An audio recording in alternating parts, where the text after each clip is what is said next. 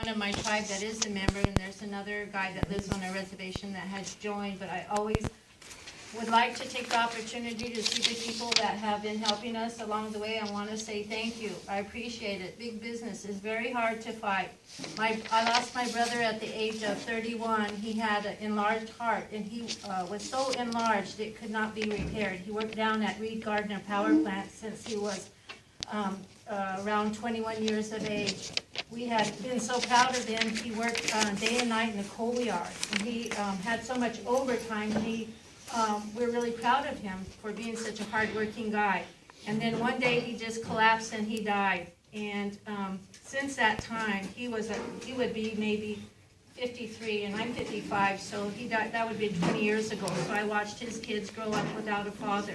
But the strange thing about that was across the street, my neighbor, Wallace Kay, he was also the same age, within about 2 or 3 years, and he died of the same thing, cardiomyopathy. He had worked in the coal yard also. So we lost some young men, but my brother told me there was 1 in 100,000.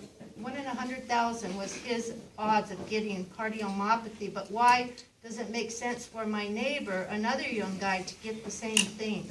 And my other neighbor next to me died of black lung. He was a security guard down there.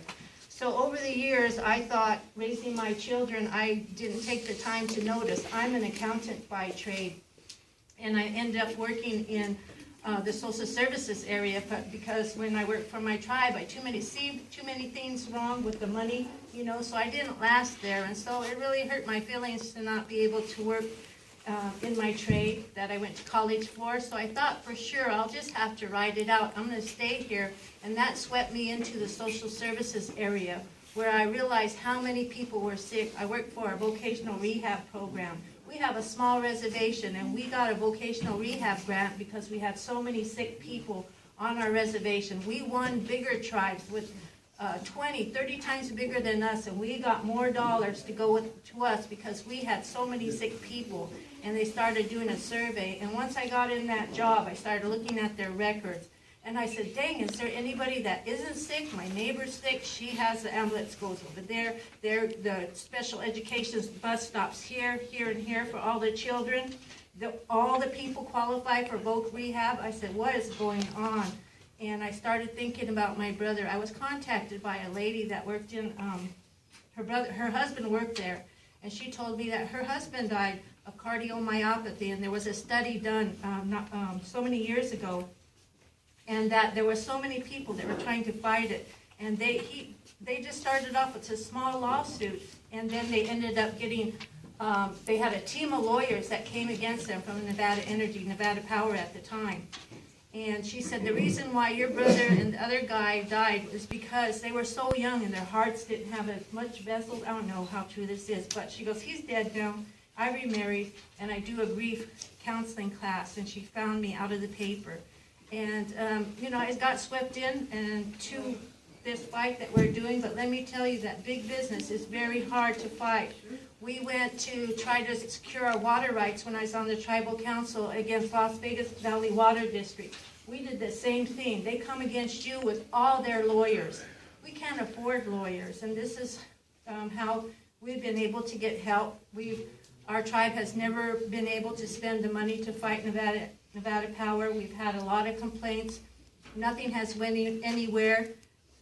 No matter all the records that they keep, it goes to the state of Nevada or wherever it goes. People are not checking those records, and it's really truly remarkable what has happened here in Nevada. And I think that maybe that the climate's changing. A lot of things have happened, and somehow we were able to make it this far, and we're lucky. There's other places that are not lucky. That people that live near coal plants, and what we do here matters across the United States, and it really makes a difference to people that suffer injustice. We have big mounds of coal up there. They got asbestos, coal ash, and everything that's in the air. I said, I think we've been polluted by every type of pollution that there is. It just picks up and swept over. It's a filthy, dirty plant. And so if you'd ever like to go see it, I'm glad to show anybody as much as we can show you. If you ever want to go over there, you're welcome. You can call me up, and If you don't believe it, you should just see it for yourself. And appreciate the chance to speak here tonight, and thank you for all you've done for us. I'm on the Tribal Council now, and while I was stepping aside to fight clean energy, dirty energy is approaching my tribe now, and I am fighting against that, and I need the help of the Sierra Club to get information out. We need to reduce the need, and we gotta have people stop approaching poor people, poor tribes that don't have the resource to do background checks or have lawyers to look over all their documents. They're coming again to us.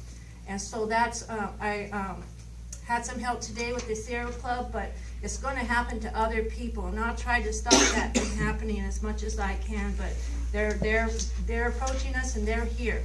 Dirty energy will come back, and they will attack people like us. And to think that we fought against all this coal and dirty energies coming to us in the way of gas, fire power plants. So that's what I'm going to struggle with now. That'll be my new fight, but I'm going to do what I can to support whatever we're working on here. Thank you. Thank you.